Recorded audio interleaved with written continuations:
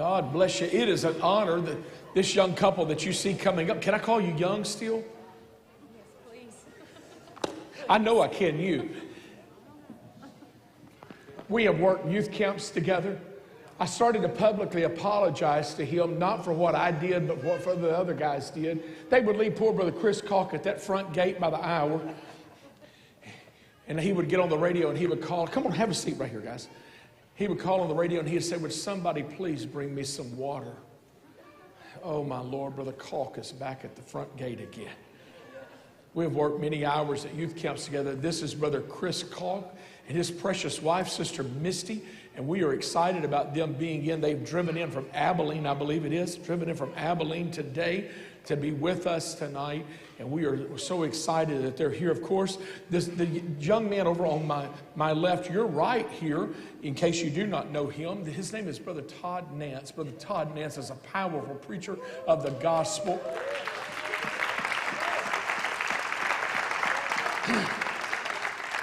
How many of you would be honest enough to say when you look around the world, you know that we are living in unprecedented challenges?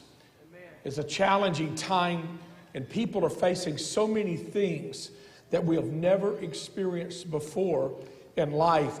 There's a marked increase in individuals that are dealing with mental and physical challenges. In this hour, there is an increase in mental and physical challenge. Autism is more prevalent than it has ever been before. How many of you are connected to a family that has a child with autism? Let me get you to put your hands down, because everybody in this church could raise their hand, because there's people that have family. How many of you have family members with children that have autism? Look at there. I do not remember autism being as rampant as it is today 20 years ago. These situations are touching countless families, and when we start reaching the masses, we're going to have to learn and know how to touch, to minister, and to deal with the situations that come. Alongside these, we're witnessing a dramatic rise in anxiety and depression. I believe, and I believe many of you would say that you would believe this also, since COVID, anxiety and depression, I believe there was a spirit that was unleashed in our world during that time period, and there's more people battling anxiety and depression today than they've ever dealt with it in the past. And while we may not fully grasp the unique struggles that each of these families are going to face, because every family, every individual is going to be different, we're called as a body of Christ to stand with them, offer support, and be the hands and the feet of Jesus Christ. Is this okay tonight? All right. I'm sure I'm glad you're agreeing, because this is where we're going. We have felt the desire and the need to do this for a long time. As a matter of fact, we had one other person that was going to be here to be with us on this panel. We had Sister Lauren Duvall that came and was with us with our part of our Sunday school staff several months ago, and talked about the ABLE ministry. ABLE ministry is a new ministry in the United Pentecostal Church that is helping the United Pentecostal Church start ministering to children and to families with special needs children. Our mission is not always to have the solution. You can't always have a solution, but we can have practical care. We can have compassion. You said, well, why do you have our children and the young people in here tonight? Because they're going to go to school, they're going to go to church, and they need to know how to deal with and understand and accept people that may not think like, look like, and act like they act, look, and think. Well, they're not being able to color their little pictures tonight. No, tonight they need to listen and learn that when they go to school tomorrow, or when they're at church next week, they're going to need to know how to touch and why some people act the way that they act. Tonight, I'm not going to be preaching a message to you, but I'm trying to prepare us for the revival that God is giving us. Not going to give us, the revival God is giving us. Well, this is a side note. You're about to see a change in my ministry. You ready? Revival's not coming, revival's here. Revival is not 10 years from now. Revival is right now. The end time harvest is not coming. It's here. That's a side note. Let me stop and say this before we go any further. I know and we believe that God can heal any sickness, any disease. As a matter of fact, I believe God is going to heal these diseases and these sicknesses and handicaps. But until God works that miracle, Logan is 26 years old, wherever he is. He's in the back. Logan's 26 years old. We've been praying for a miracle for 26 years. Is it coming? It's coming. I don't know when it's coming. But until the total miracle happens, we're going to minister and we're going to keep doing what we know to do. I'm using that as an example. We believe God's going to heal some other situations, but until then, we're going to have to know how to deal with and love and minister to them until that miracle happens. I got to stop. Brother Nance, we're so glad that you're here. I appreciate always being willing. Are we short a microphone? Do you have a microphone? No, we need another microphone. We can get that real quick. We have a great team. It's happening. They're getting it right now. Always willing to help us in any circumstance, Brother Nance, and I appreciate you being here tonight and helping us. And then, of course, Brother Sister Caul coming and being with us. I want, Brother Nance, tell us a little bit of your story and why I asked you to be on this panel tonight. About 26 years ago, we had two boys, and we were wanting a little girl. I was wanting a little girl, and so we decided to try one more time. And strike three, we got another boy. And but we noticed that little Thaddeus was incredibly smart, but he did really strange things. And when he was about, I think it was 3 or 4, we took him to the University of Kansas, and they evaluated him, and they said that he was on the autism spectrum. And a lot of he was nonverbal. But he could quote the ABCs forwards and backwards. But he didn't even call any of the family members by name till he was 5 years old. But he could do all other things that were interesting to him. And very, very antisocial, and we found out he was on the spectrum. And it was like everything that we knew about parenting, we just had to throw out the window. Because it's like starting from ground one. And if you remember how hard it was with your firstborn, then add to that the idea of a child that just doesn't think the way everybody else thinks.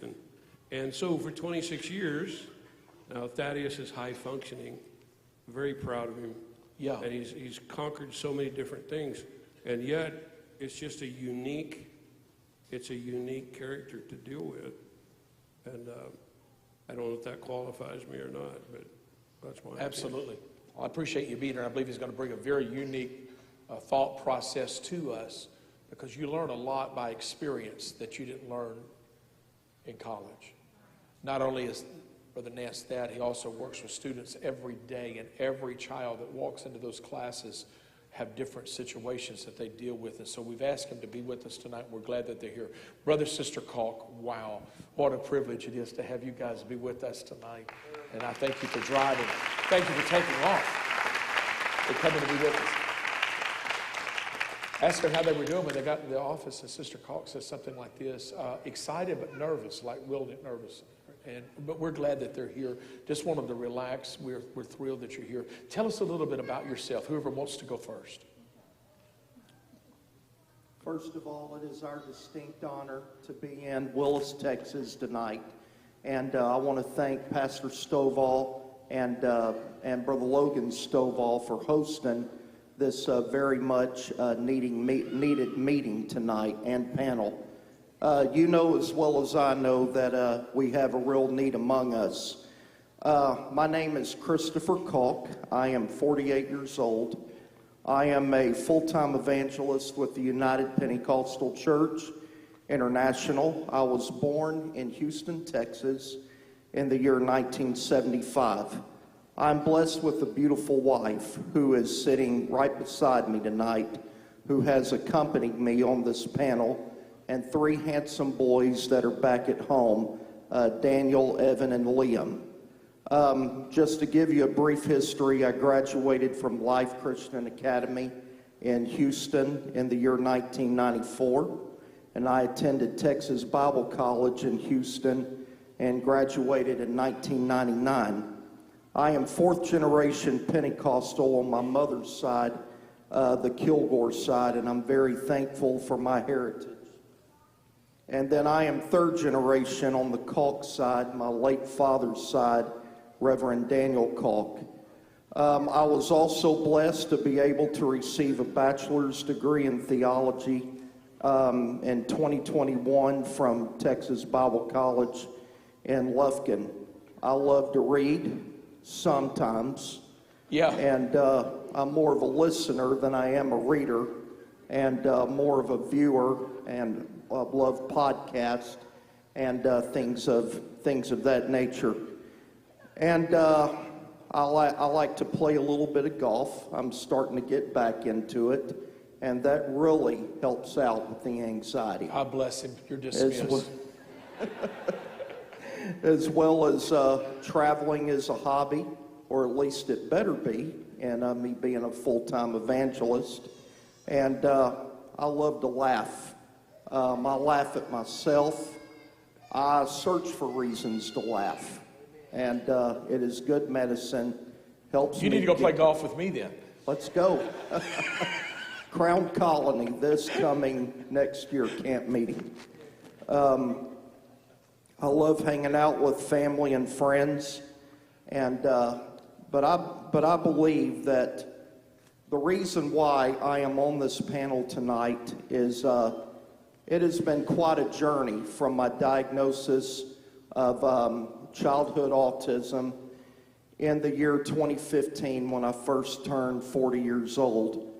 Back during that time, I had no idea what I was going through. I kept hitting an emotional wall of depression, anxiety, and fear. I would have fits of rage, and I would have emotional breakdowns, and I would, and then, you know, it even had reached an apex where I was questioning the fact very intensely of whether I wanted to resume my life or not. And it was a very serious Can I thing. interrupt you here, Brother Chris? May.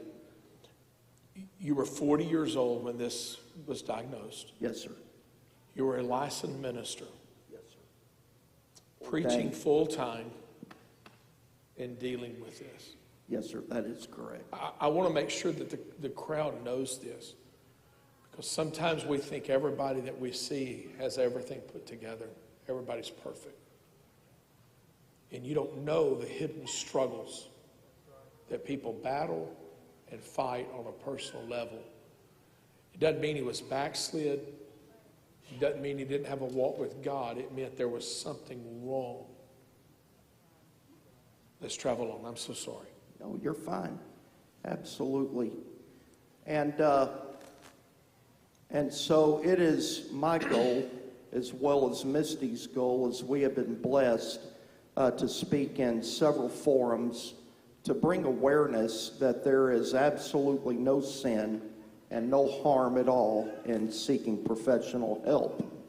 Because I had navigated through my childhood and teenage years, and I really thought that the only thing that I was dealing with in the early 90s was the death of my late father, Brother Daniel Calk. But when he died, I didn't realize it had just complicated the issues that I already had. And so I am a walking testimony and of the grace of God, and I am thankful he gave me the courage to seek help.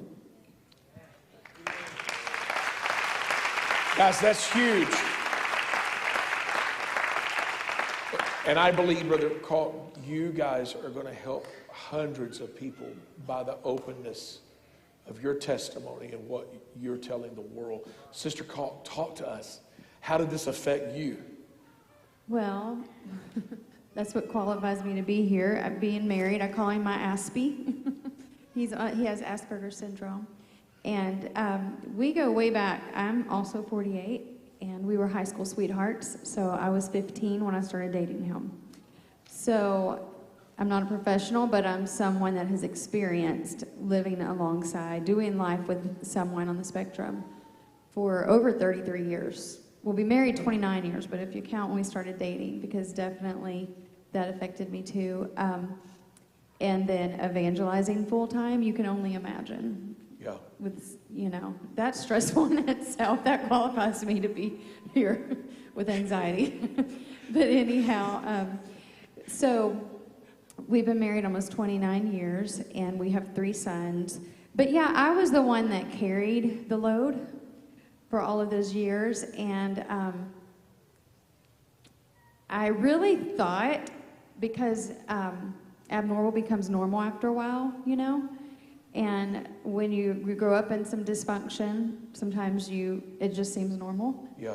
And so the rage, that was one of the, a lot of things affect me, but the rage and things like that really affect me. But my dad, who was a wonderful man, and he passed away a few years ago, but he was a rager at times. And now I know, because I work at a treatment center, and I know that it was from unresolved issues, from abuse from his childhood. He was not a bad person. He was sick, so I just thought that was kind of normal. And he just, because Chris, whoever, I don't know if any of y'all know him here, but he is one of the sweetest people the sweetest soul you'll ever know. But then there was this rage factor, and I just thought, well, he has a little bad temper. But it got worse over the years, and the anxiety and the depression he faced. I was always the strong one, holding it all together.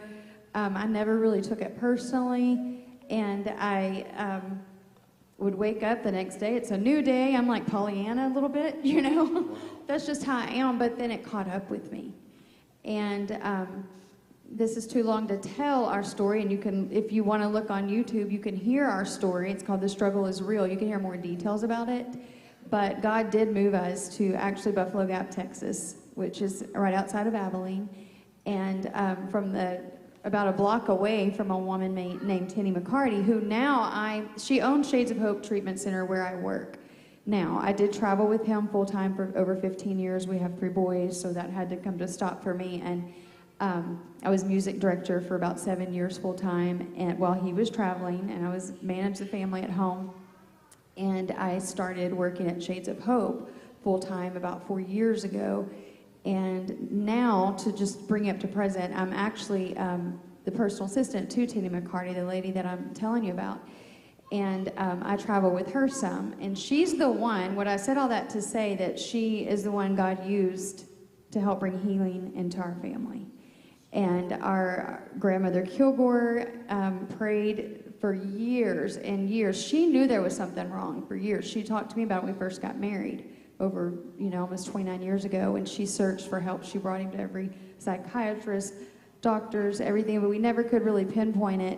But I just want to encourage you, if there's something in your life you're praying about, just hold on, because God is going to answer. Our grandmother did not live to see the diagnosis, but 20 years later, God moved us to Buffalo Gap, and that's where we found healing through this woman, and I'll talk about it, later. But so that qualifies me as far as being married to someone on the spectrum. And then later we'll talk about anxiety and depression, and I've definitely experienced that. And I think a lot of it was from holding all of that in for years, and it finally just caught up with me. Put me in the hospital 2 times in 1 year, and so we'll talk about that later. But as I said, I'm not a professional, but I'm going to share with you just my experiences, what I have lived, and what's helped us. Aren't you glad the Calks are with us tonight? Wow.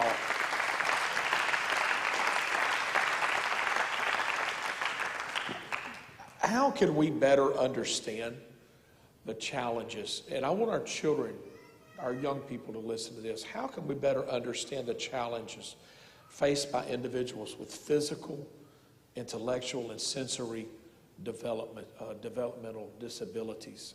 How How can we know more about this? Who wants to go first? This is always the fun part. I'll go first. Okay. I would say the very first step to better understanding these challenges is, first of all, people must take an effort to educate themselves. And there are many tools that are out there, especially in the day and age, in the tech age that we live in, with readily available sources from Google, YouTube, and things of that, and those types of platforms, and we basically have the answers at our fingertips with the internet and Google search. I feel it's paramount, though, to identify it in their lives, and they will usually manifest it in school and academics and in social settings. And I'll give you an example. In the year 1982, I was in first grade at Life Christian Academy. My teacher was Sister Anita Archer.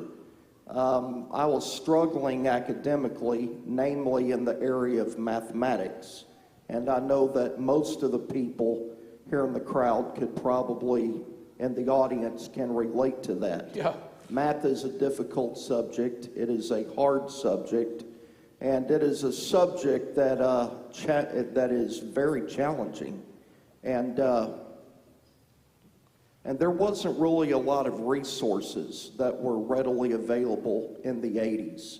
If you wanted to know about mental illness, or if you sensed that your child even had a touch or a hint of anxiety, you would have to go to the local library and search through the Rolodex that they had there, or get in the phone book or the Yellow Pages, or something, things of that nature.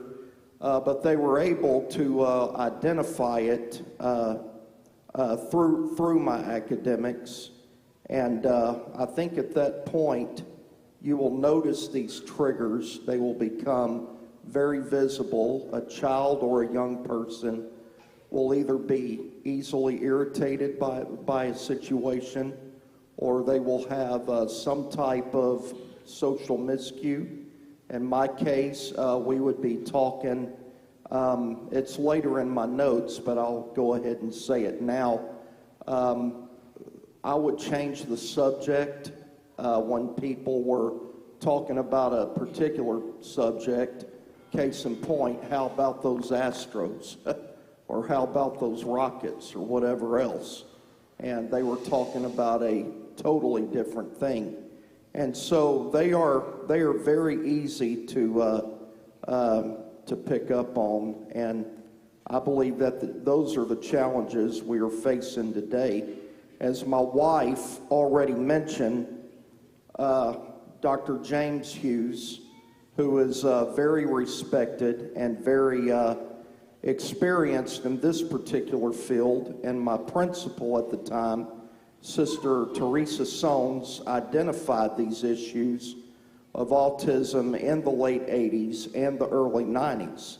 But during that time period, we were taught to trust the Lord. Yeah. Just, find you an altar, pray through your situation.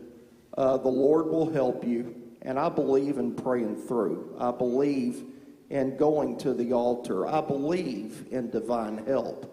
But I also believe that God is omniscient, and He created that mind within us for a reason, to become proactive. Yeah. So let me ask you a question. The characteristics that you see in an individual, what would you look for with someone as far as characteristics on the spectrum? And I'm asking this specifically because there's a wide range. Sure. Everyone's different, but share some with us. Sister Misty, I see you're about to take your mic. And I'm sure you should probably be answering this, but just some things I've noticed from my husband is sensory overload, difficulty reading social cues, a bit socially awkward, emotional outburst with sudden changes, like well, I won't get into it, but anyway, it could be a really big time emotional outburst. If it's not personal, go into I it. mean, it's okay. personal, Yeah. you know, and I'll just tell you, because my husband and I we've talked about this, we're very open, we're transparent because we want to help people. We've shared this at many churches. And this is before, now I do believe, I've seen with him, I'm talking about an adult here, I never have raised, well, possibly one of our children does have it, but anyhow, he can control this now. They can't. I've noticed with him, some things can be controlled. We don't want to accept bad behavior, you know. In some cases, if it's abusive, we're evangelizing, and we were going somewhere, and I was driving, and I made the wrong turn, and he got so frustrated, he kicked the window. The window shield broke.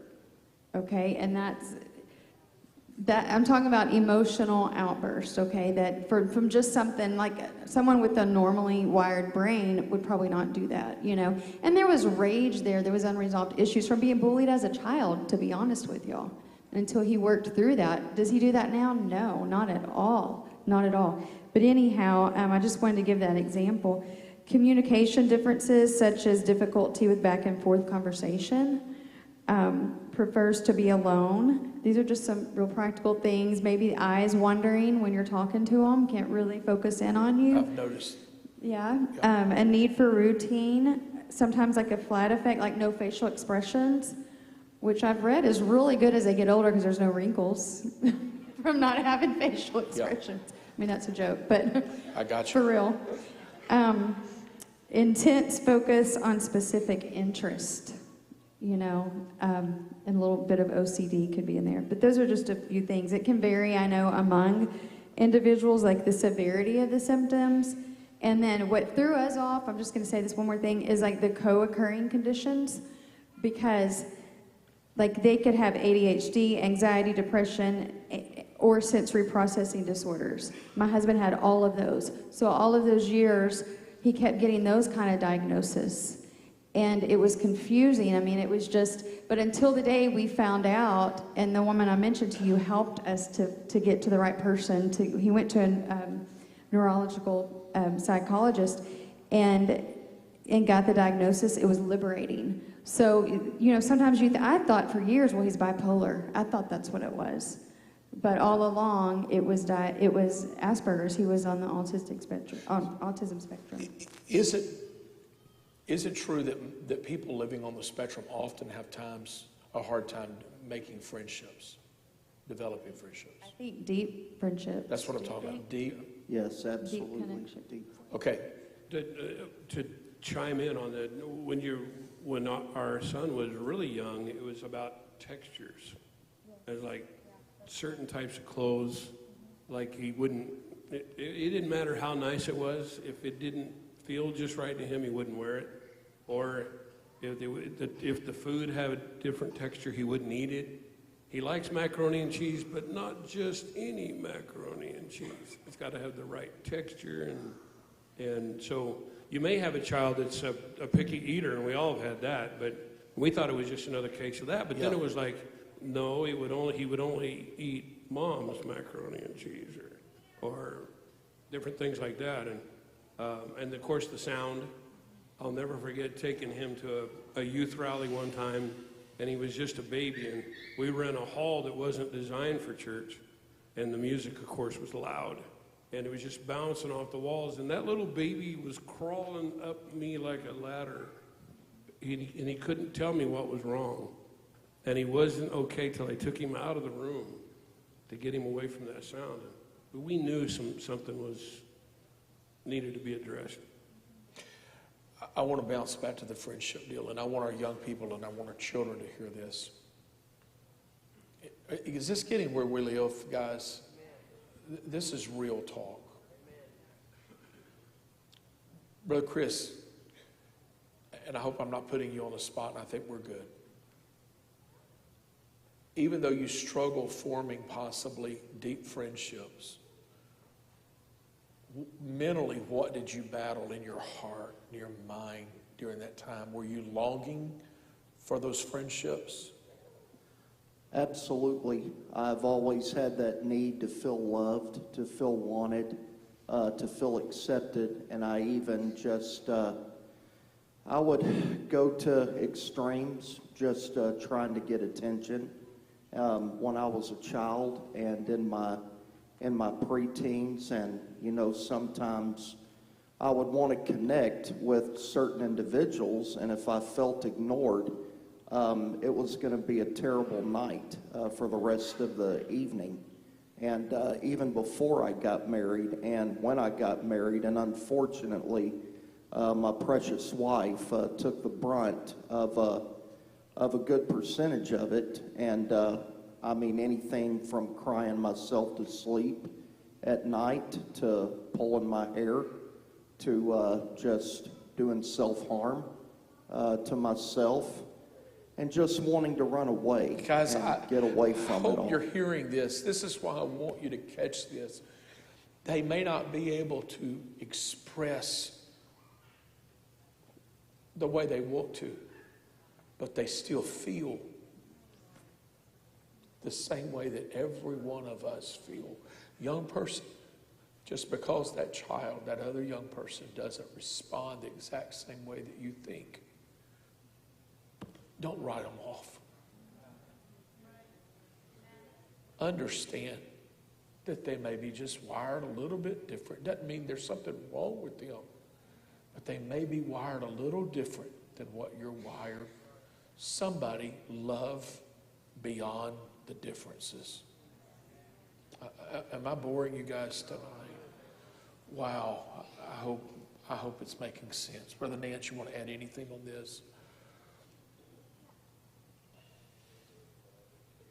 Do what?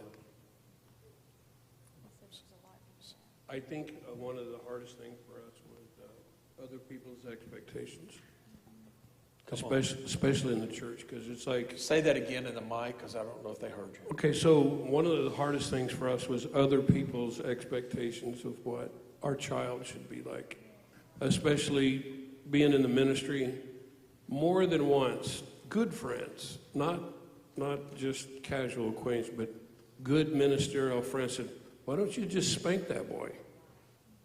Why don't you just spank him? And of course, I have to confess that there was times I spanked him because of peer pressure. But I will never forget the time that he acted up in church one day. I still feel this. And I walked him out of church and I spanked him. And when I came walking back inside, the Holy Ghost spoke to me. And he said, did you spank him because he did something wrong or because he embarrassed you? And I started weeping and crying. I said, God, I will never, never discipline my child because somebody expects me to.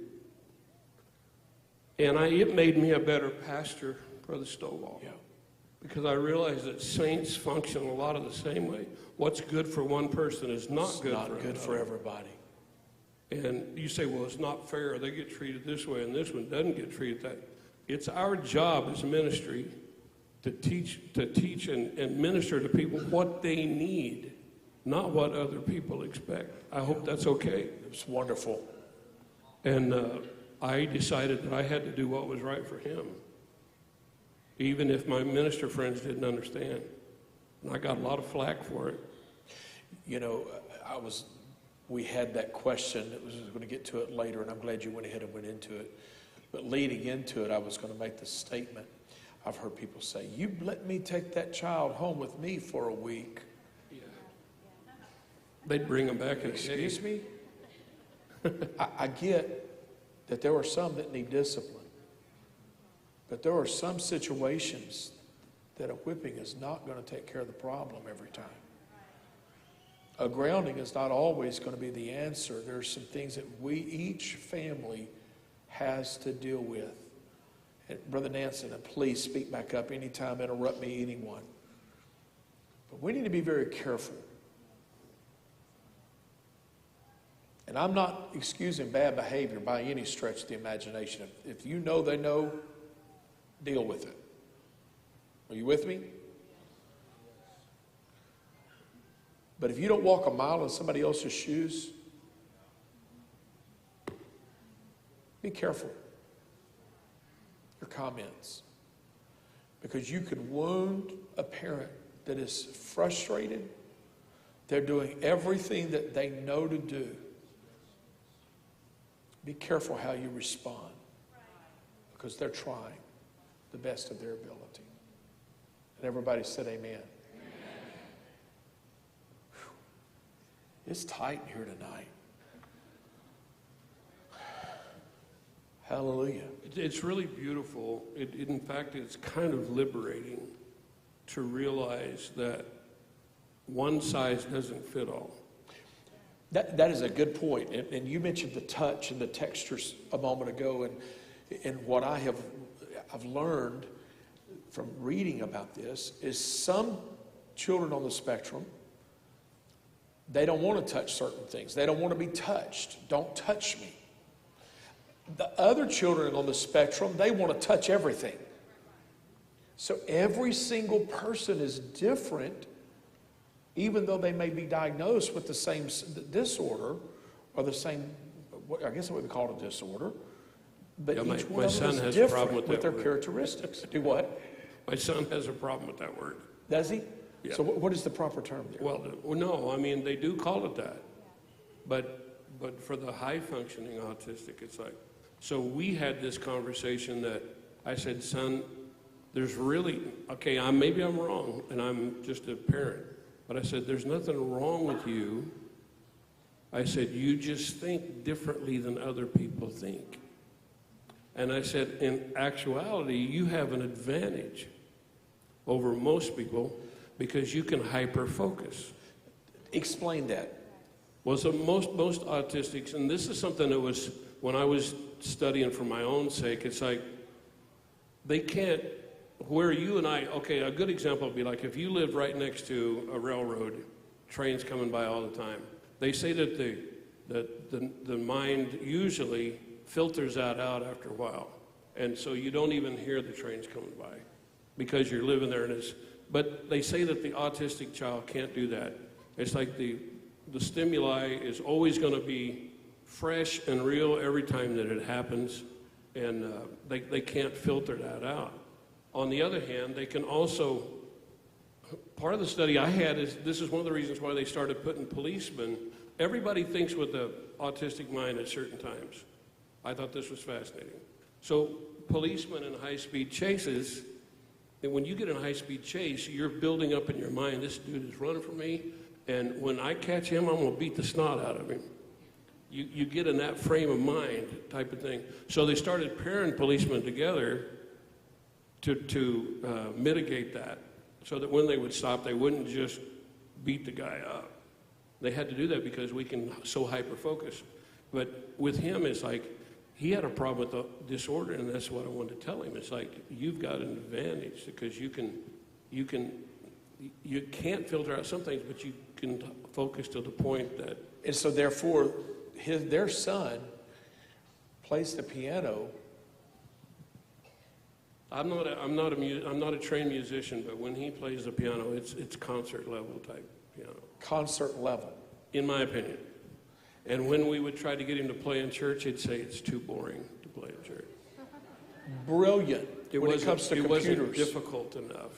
So they're able to hyper-focus and stay focused on things where you and I would get bored with it and go somewhere else. So they may have some weaknesses in communication and weaknesses in some other areas, but there are areas that they are brilliant in. You have to learn how to focus that attention and use it in a positive way. Is that a good way of saying it? Okay. All right. We got to travel on. Man, we're running late here. I have so many notes here I wanted to mention. Motor skill was one of the things that I noticed when I was studying into this. A lot of them are challenged with motor skills. Playing sports, that's not a strength that some of them will have. Have you found that to be the case? I can play some sports, but not all. Well, I used to be able to. But whenever I felt like that I failed in some sports, I would become extremely Depressed. Depressed. Wow. Even angry. All right, let's travel on to another question here. How can we better minister to people and individuals and families with these different challenges? As a church, as individuals, how can we better minister? Come on, Sister Misty. Start it. Well, I honestly had to kind of do some research, and then it triggered because I haven't really, we're evangelists. Yeah. So I haven't been in a setting, but I would say cultivate an inclusive attitude and culture. Like, include everyone. This is not the country club. This is the church. This is a family. Include everyone. Promote acceptance and understanding, which you're doing. You're on the right track. You're doing this. This is the first time we've ever done anything like this in a church, so I commend you for this. I mean, you're on the right track. Educate the congregation. That's what you're doing. One of the key words that I saw, and I'll get you to speak to this, was intentional hospitality. Intentional. And I think when we start becoming intentional about helping people with special situations, we will be able to minister more. That's why we're doing what we're doing tonight, because there's families that are out there that are looking for a church that they know that their child is possibly going to scream out in the middle of church. And the last thing they need as a guest is somebody to turn around and stare at them like, would you please take that child out? Right. You don't know what that child's going through. And so we've got to be intentional to be hospitable in these situations. Add anything to that? Well, I was going to say, talking about that, like sensory accommodations. Like we had, at our church, our home church, Life Tabernacle, we had a cry room that was for the mothers, the nursing mothers, that was kind of quiet in there. And I think something like that was for the mothers to go and crying, right? Yeah. But anyhow, just, something like that for ones that might get a quiet place that they can still see the service, like they can go to if they need a break from all the noise, or even provide some noise-canceling headphones, just some practical things like that. Also... Can I interrupt you real quick? Brother Ryan, am I correct? We already have gotten headphones that have ALC Kids logo on them. And we have been in the process of trying to talk of how we can get a separate room. They call them quiet rooms or sensory rooms. Am I right, Jennifer? That when these children start, the noise sends them into overload. And so there has to be a place for them to disengage, get back on level, and then come back into society. Am I saying that okay? The correct way? And so we're in the process. So if you start seeing a room that, and I hope not to embarrass Sister Jennifer, that there's a swing that Kinsey absolutely loves to get in and swing. It's a comfort area for her. And don't she just go in circles a lot? I would be sick as a dog, but it comforts her. And so there are things that we're going to be trying to do in the next little while to put in a room to where we have a place that these families can take their children and get them calm down, and then bring them back into the atmosphere. I'm so sorry. Oh, no. We actually live down the street from a place called Camp Able, and they take in rescue animal horses, and they help children on the spectrum, and they work with them with the horses. So on Sundays, and I'm not saying, I don't know how many people, I'm just giving you an example of something she does. She has a special service, and I participated in this. I've gone and sang, where these children are pretty bad off on the spectrum, where they, nonverbal, and they ride them on horses. She has like a little arena out there. There's an area, stage, and there's literally a preacher that comes, we sing, and she rides them around on horses and they listen to the service that way, and they get a lot out of it that way.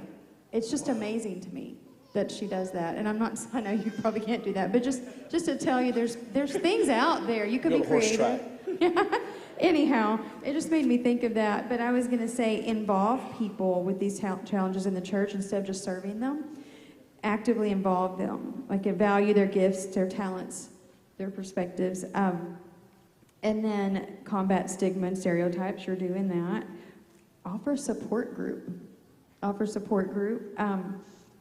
Maybe a buddy system or support teams, like pair individuals with challenges with volunteers or buddies that can assist them in participating in the church activities or just be present during worship.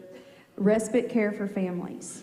Explain the buddy system. Have you seen that work? I haven't. I just kind of looked this up and I got to thinking about it. And that might be something, you would probably, that might be a good thing to do at church. That is something that our Sunday school staff is trying to work with right now. We're trying to get one or two a week that will help with children that are not just on the spectrum, but children that need something, to put 1 to 2 children with an adult to where they can pull them aside when they need to do that. And I think it's vitally important.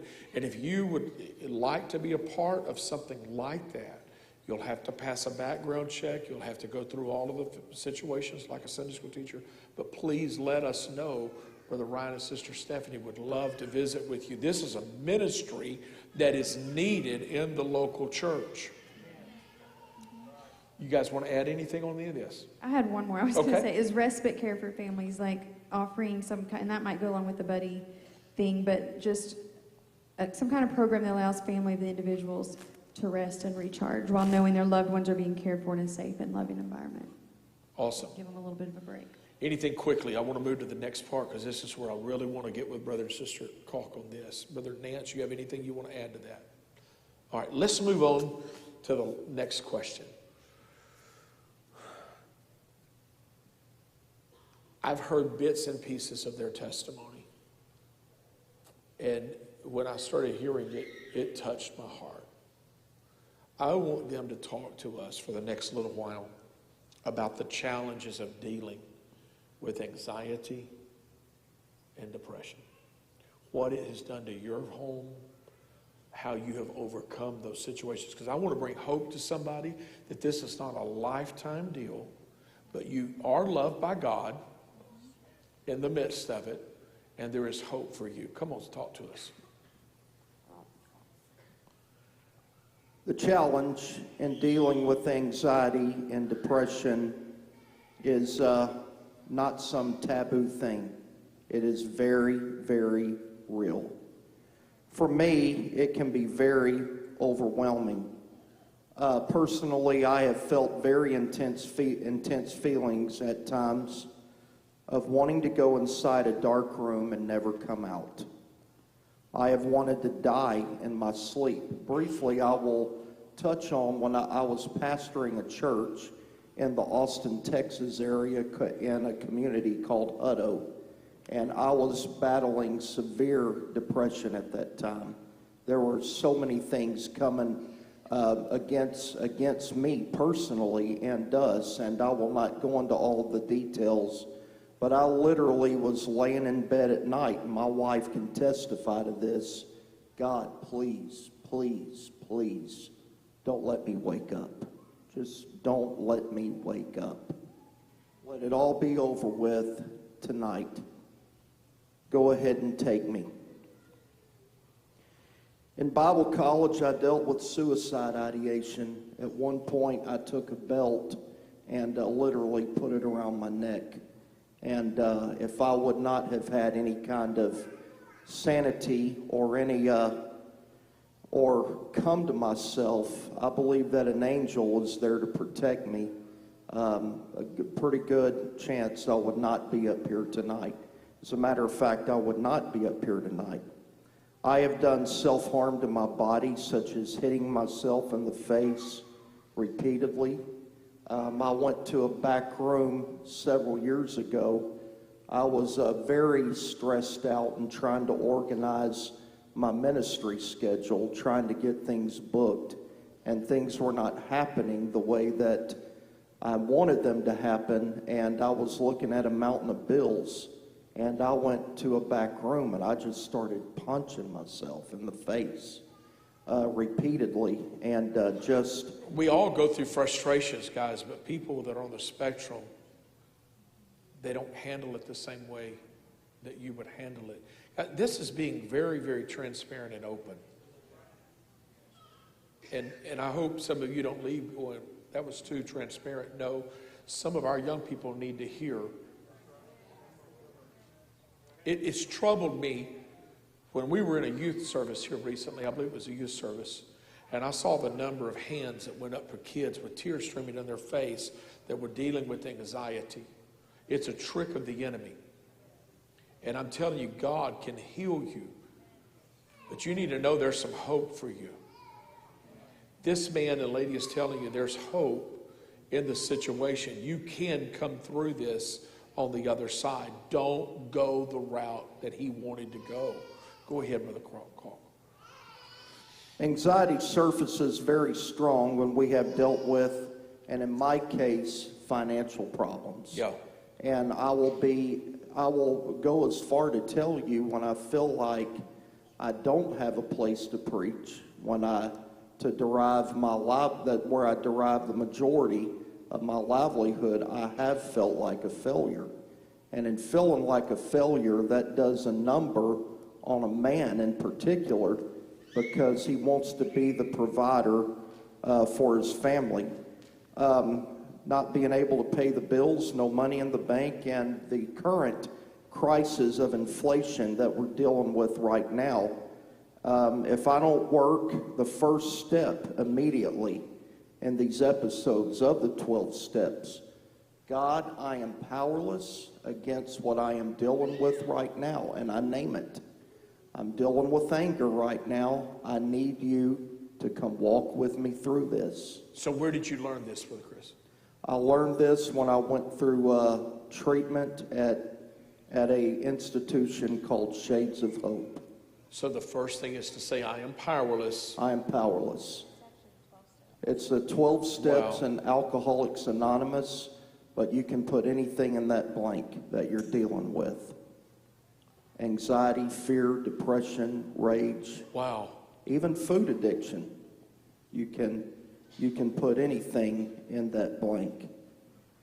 And if I find if I don't work this step, that I am going to go down an endless rabbit hole of rage, anger, and an utter feeling of hopelessness. In social settings, there was a time that I planned my exit strategy before I even arrived at the venue. Wow. And or if it got too loud at my home, I didn't want to be the rude host and tell everybody, okay, party's over. I went to the back room, and because I felt like my head was just pounding and doing this number, and the noise was just unbearable. And then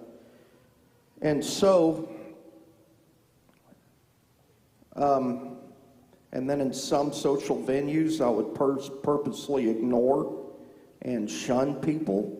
If it got too loud at home, I would do the same, and I would also have a tendency to overeat. The origins of these challenges started the day that I was born in 1975. When I was a baby, my brain did not fully develop, and I dealt with a consistent pattern of bullying throughout the 80s and 90s. Verbal abuse, emotional abuse, name-calling. I was called names like ugly, weird, geek. The word ugly alone, I mean, it'll do a number on you, to your security, to your identity. Even though your wife and your mother tell you you're handsome till they're blue in the face, you can still hear those words in your mind, and it's very cutting. Name calling from peer groups, high school years, being taken advantage of, betrayed by friends, and like the instance at the camp I mean, Yeah. I felt taken advantage of. Yeah. I smiled through it all, Yeah. and I wanted to be a good Christian. I didn't want to come across as the touchy type, but I just, it hurt. And that's the part that I was getting to a while ago. Those feelings are still there. You're hurt like anybody else hurts.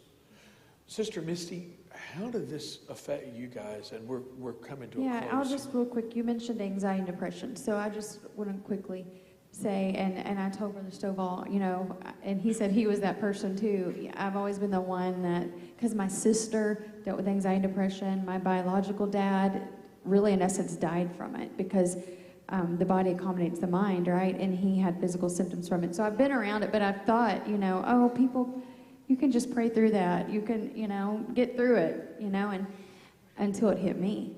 And so 4 years ago, anxiety hit me like I've never had in my life. My dad actually died, and that was probably what triggered it.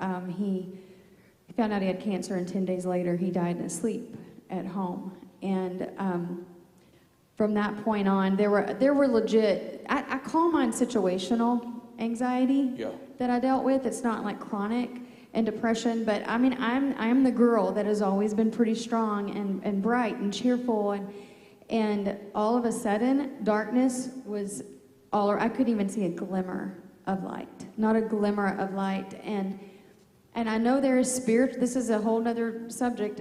I won't even go into it, but it's like, it's hard to, you know, you think, like I wrote it down here, that it makes you feel shame and guilt because, you know, I'm a born again believer.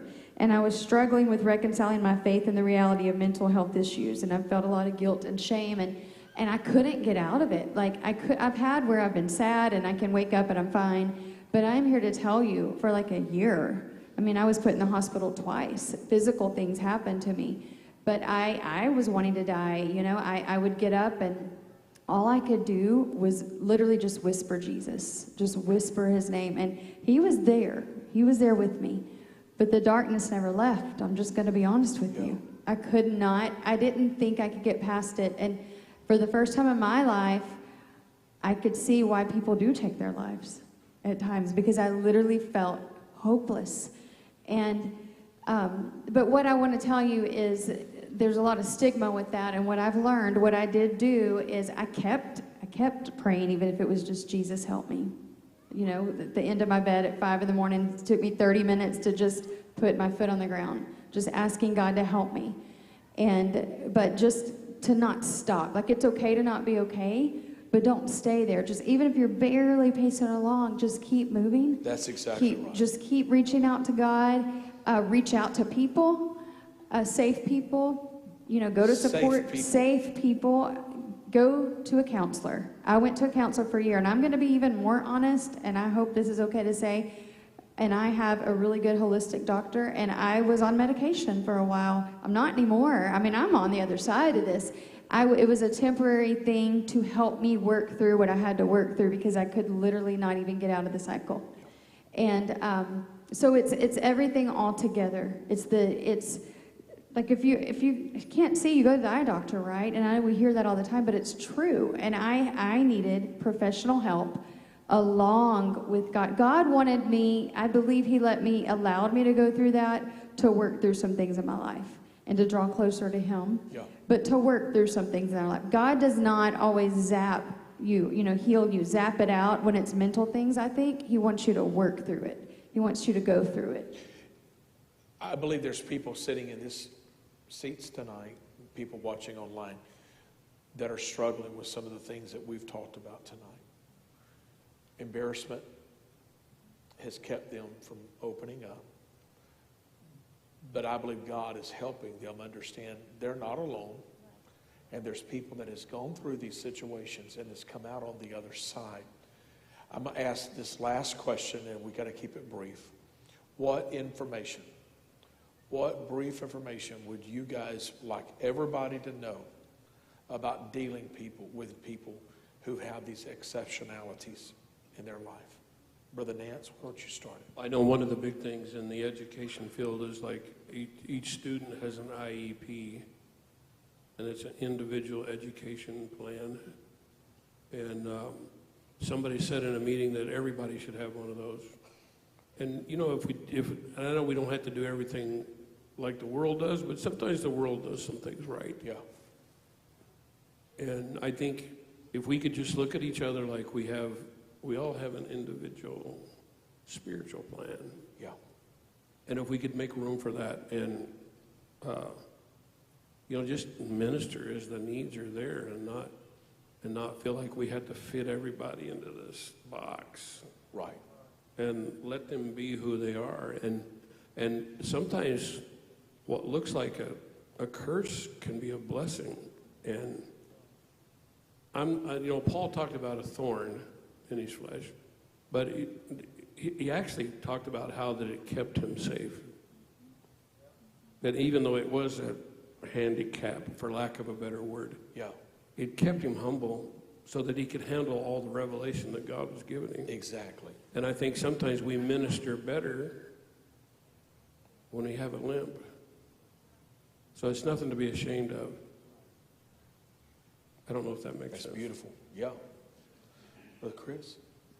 I'm sorry, Brother Caulk. No, you're fine. I've known him for so Everything many is years. fine. It just naturally comes with Chris. First of all, I would like them to know it's just as real as someone who has cancer or congestive heart failure or even a headache.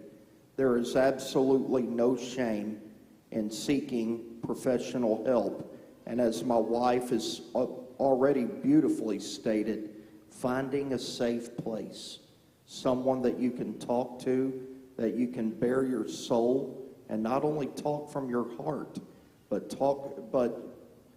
literally leave your guts laying on the table before you get up and leave. And there's no shame in that at all.